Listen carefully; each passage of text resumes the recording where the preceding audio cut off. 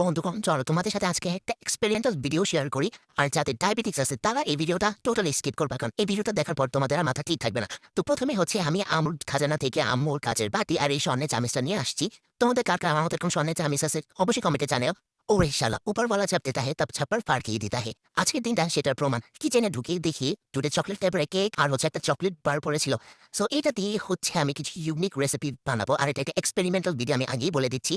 তো এরপরে গেলাম ফ্রিজে দেখতে যে কিছু আছে নাকি, আর প্লিজ গাইস ইগনোর ইট। আর দেখো আমি কি পাইছি, আইসক্রিম। আমার ফ্রিজে আইসক্রিম আছে, সেই আমি তো খুশিতে নাচতেছি। শুধু যে আইসক্রিম তা কিন্তু না, ফ্রিজে ছিল স্টারশিপের চকলেট মিল্ক, আর এই স্টারশিপের চকলেট মিল্কটা কিন্তু আমার অনেক পছন্দের। আর এগুলো দিয়ে আজকে আমি একটা ইউনিক রেসিপি বানাবো। আমি কোনো রেসিপি করবো আর সেটা যদি ইউনিক আর এক্সপেরিমেন্টাল না হয় তাহলে কেমন হয় তোমরাই বলো। সো আমি হচ্ছে সব কাঠটি বস্তা বেঁধে একদম নিয়ে যেতেছি আমার রেসিপি শুরু করার জন্য, আর তোমাদেরকে দেখাই দিতেছি কি কি লাগবে। সো আমি হচ্ছে এখানে নিয়েছি একটা আইসক্রিম কাপ, আইসক্রিম ভ্যানিলা ফ্লেভারে, দুটো চকলেট ফ্লেভারের কেক, একটা স্টারশিপের চকলেট মিল্ক, আর হচ্ছে একটা চকলেট বার। আর লাগবে হচ্ছে আমার মতো একটা কাচের বাটি আর স্বর্ণের চামিচ। এখন কি করব হচ্ছে, এখন আমি হচ্ছে আমার বাটিটা নিয়ে নেবো, স্পেশালি আমার মা খাজানা থেকে বের করা বাটি। আমার মায়ের কিন্তু এটা নতুন কিনে আনছে। আর হচ্ছে এখানে হচ্ছে আমি চকলেট কেকগুলোকে ঠিক মতো বাটিতে নিয়ে নিব। আর আমি একদম ইভেনলি হচ্ছে বাটিতে নিয়ে নিতেছি। দেখো একদম আমার মতো করে ইভেনলি বাটিতে তোমরা নিয়ে নেবে, একদম সবকিছু কাচ্চা কুচা নিয়ে নিবা। আজকের ভিডিওটা স্পেশালি তাদের জন্য যারা কিনা খুব বেশি চকলেট অ্যান্ড সুইট লাভার। আর ট্রাস্ট মি, তোমরা যদি এই ডেজার্টটা একবার বাসায় বানায় খাও, তোমাদের ডায়াবেটিস 100% শিওর হবে।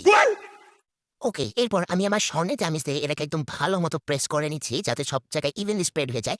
এরপর হচ্ছে দিয়ে দিতেছি চকলেট মিল্ক, আর আমি এখানে প্রায় অর্ধেক, পুরোটা আমি ইউজ করি না, আমি প্রায় অর্ধেকের মতো চকলেট মিল্ক এখানে দিয়ে দিব। আর বাকিটা হচ্ছে আমার পেটে যাবে, বুঝতে পেরেছো তোমরা? ওকে বন্ধুগণ, এরপর আবারও আমার স্বর্ণের চামিচ দিয়ে হচ্ছে এটাকে ভালো মতো প্রেস করে নিতেছি, একদম ভালো মতো যাতে মিল্কটা কেকের মধ্যে ঢুকে, বুঝতে পারছো? আর একটু কম হয়েছে মনে হয়, এজন্য আরেকটু দিয়ে দিতেছি। আর এরপর লাগবে হচ্ছে আইসক্রিম, আর আইসক্রিম দিয়ে দিব হচ্ছে এখন।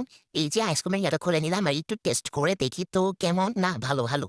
এখন হচ্ছে আমি আইসক্রিমটাকেও এই ডেজার্টের উপরে দিয়ে দিব, সুন্দর করে একটু ডিজাইন করে দিচ্ছি। হ্যাঁ, বুঝতে পেরেছো তোমরা?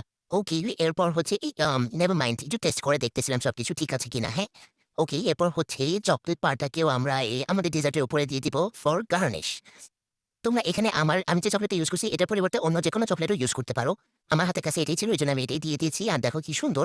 এখন হচ্ছে এটাকে ঢাকনা দিয়ে ঢেকে দিতে হবে যাতে কেউ না খেতে পারে, একদম সিল মাইরা দিবা।